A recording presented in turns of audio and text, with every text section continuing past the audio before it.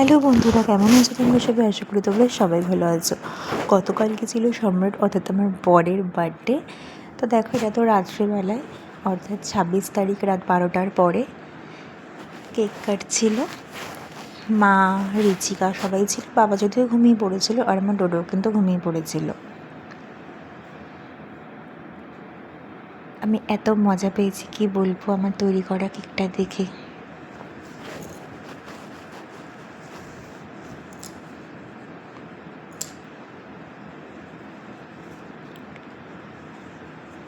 আচ্ছা, সম্রাটকে কার মতো দেখতে?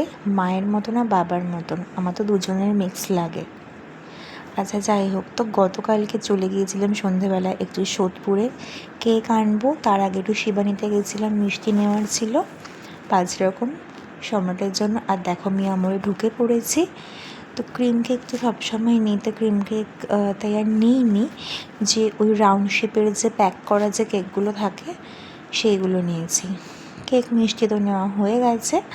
দেখো বাসের জন্য দাঁড়িয়ে আছি, বাস পেতে কিন্তু বেশ অনেকক্ষণ সময় লেগেছিল। বাসে কিন্তু অনেক ভিড়ও ছিল। চৈত্র মাস বাবা, কি ভিড়! কেক কাটা চলছে এখন। Happy birthday to you, happy birthday dear Babon, happy birthday to. না বলো যে খোকা আমার বাবন। ই বাবা, দেখছে দেখছে বাবা। মা তো আবার দেখি দুষ্টে ওপরে। হ্যাঁ, ওকে দিবি না? না খাকে খাওয়া হয়ে যাবে। ডোডো কিন্তু খুব মজা পেয়ে গেছে গো, আমার সোনা বাবাটা। এরপরে মা রিচিকা 5 রকম ভাজা করছিল। আর দেখো, এটা কিন্তু ছিল মেনু।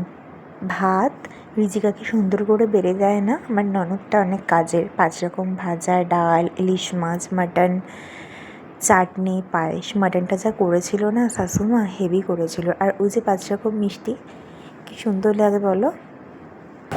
দেখো এখন বার্থডে বয় ডিনার করছে, আর বার্থডে বয় ছেলে কিন্তু খেলা করছে। Good night.